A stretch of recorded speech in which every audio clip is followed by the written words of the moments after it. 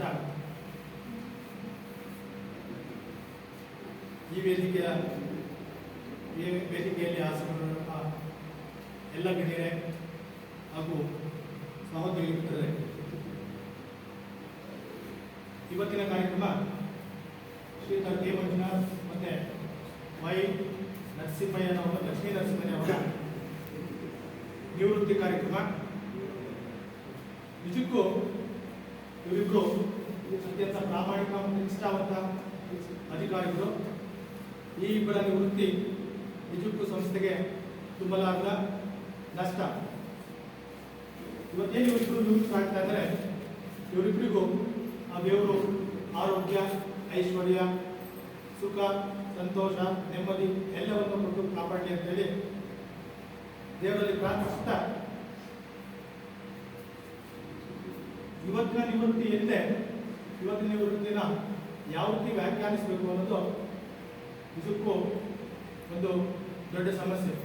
ಏಕೆಂದರೆ ಒಂದು ಕಡೆ ಸಿಹಿ ಮತ್ತು ಇನ್ನೊಂದು ಕಡೆ ಕಹಿ, ಒಂದು ಕಡೆ ಬೇವು ಆದರೆ ಇನ್ನೊಂದು ಕಡೆ ಬೆಲ್ಲ. ಒಬ್ಬ ಉದ್ಯೋಗಿ ಸರ್ಕಾರದಿಂದ ಬರ್ತಕ್ಕಂಥ ಎಲ್ಲ ಸವಲತ್ತುಗಳಿಗೆ ನಿವೃತ್ತರಾಗ್ತಾ ಇದ್ರೆ, ಇನ್ನೊಬ್ಬರು ಎಲ್ಲ ಸವಲತ್ತುಗಳಿಂದ ವಂಚಿತರಾಗಿ ನಿವೃತ್ತರಾಗ್ತಾ ಇದ್ದಾರೆ. ಇದು ನಿಜಕ್ಕೂ ಸರ್ಕಾರದ ಮಟ್ಟದಲ್ಲಿ ಅಥವಾ ಉನ್ನತ ಮಟ್ಟದಲ್ಲಿ ಆದಂಥ ವ್ಯತ್ಯಾಸಕ್ಕೆ ಕೈಗತ್ತಿದೆ ಅಂತ ಹೇಳಿದ್ರೆ ತಪ್ಪಾಗಲಿಕ್ಕಿಲ್ಲ. ಹಾಗೆ ಇವತ್ತು ನಮ್ಮ ಮಂಜಣ್ಣವ್ರನ್ನ ವಿಶೇಷವಾಗಿ ಎಲ್ಲರೂ ಭಾವ ಅಂತ ಕರೆಯೋದು ಸಾಮಾನ್ಯ. ಹಾಗೆ ಅವ್ರನ್ನ ಇಡ್ಲಿ ಮಂಜಣ್ಣ ಅಂತಲೂ ಕರೀತಾರೆ. ಮಂಜಣ್ಣ ಅಂತ ಅಂದ ತಕ್ಷಣ ಇಲ್ಲಿ 4 ಜನ ಇದ್ದೀವಿ. 4 ಜನದಲ್ಲಿ ಯಾರನ್ನ ಕರೀತಾ ಇದ್ವಿ ಅಂತೇಳಿ ಸಂಬೋಧನೆ ಮಾಡ್ಲಿಕ್ಕೆ ಆಗದೇ ಇಲ್ಲ. ಇಡ್ಲಿ ಮಂಜಣ್ಣ ಅಂದ ತಕ್ಷಣ ಅವರು ಇಮಿಡಿಯೇಟ್ ಆಗಿ ರಿಯಾಕ್ಟ್ ಆಗ್ತಾರೆ. ಅಂತ ಮಂಜಣ್ಣ ಅವ್ರ ಬಗ್ಗೆ ಹೇಳಬೇಕು ಅಂತಂದ್ರೆ, ನಿಜಕ್ಕೂ ಒಂದು ಸಾಮಾನ್ಯ ಕುಟುಂಬದಿಂದ ಬಂದಿದ್ರು ಕೂಡ ಅತ್ಯಂತ ಹೆಸರುವಾಸಿಯಾದಂಥ ವ್ಯಕ್ತಿ, ಎಲ್ಲ ವರ್ಗದ ಜನಕ್ಕೆ ಗೊತ್ತಿರ್ತಕ್ಕಂಥ ವ್ಯಕ್ತಿ. ಕೆಳವರ್ಗದ ಜನಕ್ಕೂ ಗೊತ್ತು, ಮೇಲ್ವರ್ಗದ ಜನಕ್ಕೂ ಗೊತ್ತು. ಪ್ರತಿಯೊಬ್ಬರು ಚಿಕ್ಕಬಳ್ಳಾಪುರದಲ್ಲಿ ಇಡ್ಲಿ ಮಂಜಣ್ಣ ಅಂತಂದ್ರೆ ರೆಕಗ್ನೈಸ್ ಮಾಡತಕ್ಕಂಥ ಒಂದು ಪ್ರವೃತ್ತಿ ಇದೆ. ಅಂತ ಮಂಜಣ್ಣ ಜೊತೆಗೆ ಸುಮಾರು ನಾವು ಅವರಲ್ಲಿ 40 ವರ್ಷ ಕೆಲಸ ಮಾಡಿದ್ರು ಕೂಡ ನನಗೂ ಕೂಡ ಅವರು 35 ವರ್ಷದ ಹಳೆಯ ಸ್ನೇಹಿತ. ಈ 35 ವರ್ಷದಲ್ಲಿ ಅವ್ರನ್ನ ನಾನು ಸತತವಾಗಿ ನೋಡ್ಕೊಂಡು ಬಂದಿದ್ದೀನಿ. ಅವರು ವೆಲ್ಡಿಂಗ್ ಸ್ಕಿಲ್ಲಲ್ಲಿ ನಿಜಕ್ಕೂ ವಿಶೇಷ ಪರಿಣಿತರೆ. ಯಾಕೆಂದ್ರೆ 1992 ಅಥವಾ 93 ಅಂತ ಕಾಣಿಸುತ್ತೆ. ಮತ್ತೆ ಸರಿ ಸುಮಾರು 30-32 ವರ್ಷದ ಹಿಂದೆ ಒಂದು ಬಡೆ ಸ್ಟ್ಯಾಂಡನ್ನು ನಾಯಿ ಮಾಡ್ಕೊಂಡಿದ್ದಾರೆ. ಆ ಸ್ಟ್ಯಾಂಡು ಇವತ್ತು ನಮ್ಮ ಮನೆಯಲ್ಲಿದೆ, ಅದ್ಭುತವಾಗಿದೆ. ಆ ಸ್ಟ್ಯಾಂಡನ್ನು ನೋಡಿದಾಗ ನನಗೆ ಇವ್ರು ಜ್ಞಾಪಕ ಬಂದೇ ಬರ್ತದೆ. ಹಾಗೆ ನಾನು ಒಬ್ಬ ಹುಡುಗನ ನಮ್ಮ ನೇಟಿವ್ ಪ್ಲೇಸಿಂದ ಕರ್ಕೊಂಡು ಬಂದು ಮೆಡಿಕಲ್ ಗ್ರೇಡಲ್ಲಿ ಅಡ್ಮಿಷನ್ ಮಾಡಿಸಿದ್ದೆ. ಇವಾಗ 2000 ಇಸ್ವಿ ಅಂತ ಕಾಣಿಸುತ್ತೆ. ಆಗ ನಾನು STD ಕೂಡ ನೋಡ್ಕೊಂಡು ನಡೆಸ್ತಾ ಇದ್ದೆ. ಆ STD ನೋಡ್ಕೊಳ್ಳಿಕ್ಕೆ ಅಂತ ಹುಡುಗನ ಕರ್ಕೊಂಡಿದ್ದೆ. ಆ ಸಂದರ್ಭದಲ್ಲಿ ಅವನ್ನ ನಾನು ವೆಲ್ಡರ್ಗೆ ಅಡ್ಮಿಷನ್ ಮಾಡಿಸಿದ್ದೆ.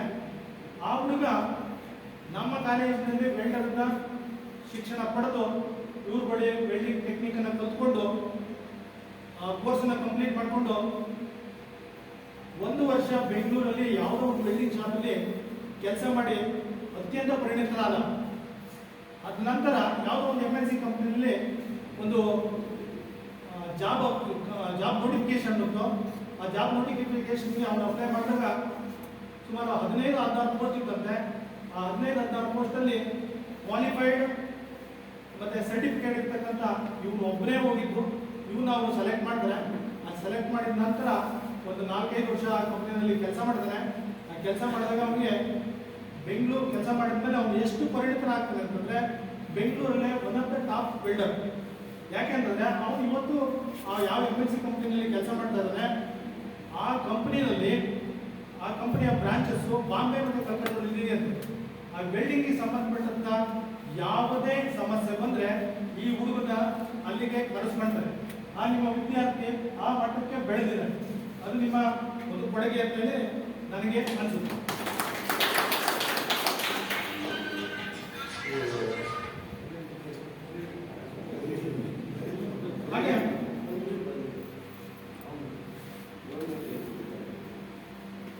ಇವತ್ತು ಮತ್ತೊಬ್ಬ ಸ್ನೇಹಿತ ಆತ್ಮೀಯ ವೈ ಲಕ್ಷ್ಮೀ ನರಸಿಂಹಯ್ಯನವರು ಕೂಡ ನಿವೃತ್ತರಾಗ್ತಾ ಇದ್ದಾರೆ.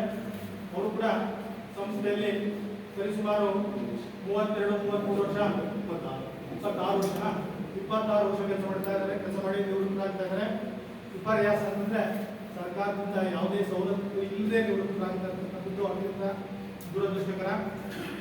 ಅವರು ಕೂಡ ನಮ್ಮ ಇವತ್ತಿನ ಪ್ರಿನ್ಸಿಪಾಲ್ ಆದಂಥ ಹನುಮಂತ ರೆಡ್ಡಿ ಅವರಿಗೆ ಮತ್ತೆ NR ಅವರಿಗೆ ಅತ್ಯಂತ ನೆಚ್ಚಿನ ವ್ಯಕ್ತಿ. ಏಕೆ ಅಂತಂದ್ರೆ ನಾನು ಈ ಪರೀಕ್ಷಾ ಸಂದರ್ಭದಲ್ಲಿ ನೋಡ್ತೀನಿ, ಈ ಬಿಲ್ ಆಫ್ ಮೆಟೀರಿಯಲ್ ಅಂತ ಬರೋದಕ್ಕೆ ಬೆಂಗಳೂರಿಗೆ ಒಂದು ಲಾರಿ ಮಾಡ್ಕೊಂಡು ಹೋಗ್ತಾರೆ. ಲಾರಿ ಮಾಡ್ಕೊಂಡು ಹೋದಾಗ ಅಲ್ಲಿರ್ತಕ್ಕಂಥ ಮೆಟೀರಿಯಲ್ನ ಲಾರಿಗೆ ಡಂಪ್ ಮಾಡಲಿಕ್ಕೆ ನಮಗೆ ಜನಗಳೇ ಸಿಗೋದಿಲ್ಲ. ಅಂಥ ಸಂದರ್ಭದಲ್ಲಿ ಅವರು ಇಲ್ಲ ಅನ್ನೋದೇ ಇಲ್ಲ. Sir, bill of material purchase ಹೋಗ್ತಾ ಇದ್ದೀರಾ, ನಾನು ಬರ್ತೀನಿ, ನನಗೆ ಹೇಳಿ ಅಂತೇಳಿ ಅವ್ರು ಹೇಳ್ತಾರೆ, ಜೊತೆ ಹೋಗ್ತಾರೆ. ಅದು ಎಂಥದೇ ಕಷ್ಟದ ಕೆಲಸ ಆದರೂ ಕೂಡ ಅದನ್ನ ಚಾಚೂ ತಪ್ಪದೆ ಮಾಡ್ತಾರೆ. ಅಂತ ಕಷ್ಟಜೀವಿ ಒಂದು ಸಂಸ್ಥೆಯಲ್ಲಿ ನಿವೃತ್ತ ಆಗ್ತಾ ಇರ್ತಕ್ಕಂಥದ್ದು ನಿಜಕ್ಕೂ ದುರದೃಷ್ಟಕರ. ಹಾಗೆ ಲಕ್ಷ್ಮೀ ನರಸಿಂಹಯ್ಯನವರು ಅವರ ವೃತ್ತಿ ಜೀವನವನ್ನು ಆರಂಭಿಸಿದಾಗ ಅವರಿಗೆ ಒಳ್ಳೆಯ ಸಹೋದ್ಯೋಗಿಗಳು ಸಿಕ್ಕಿದ್ರು. ನಮ್ಮ ನಾಗೇಂದ್ರ ಬಾಬು ಅವರು ಇರ್ಬೋದು, R. O. ಮೋಹನ್ ಅವರು ಇರ್ಬೋದು, ಇವರು ಮತ್ತೆ ಲಕ್ಷ್ಮೀ ನರಸಿಂಹಯ್ಯನವರು ಮೂರು ಜನ ಸೇರಿಕೊಂಡು ಟ್ವಿಟ್ಟರ್ ವೃತ್ತಿಯನ್ನ ಸುಮಾರು 20 ವರ್ಷ ಅತ್ಯಂತ ಯಶಸ್ವಿಯಾಗಿ ನಡೆಸ್ಕೊಂಡೋದ್ರು.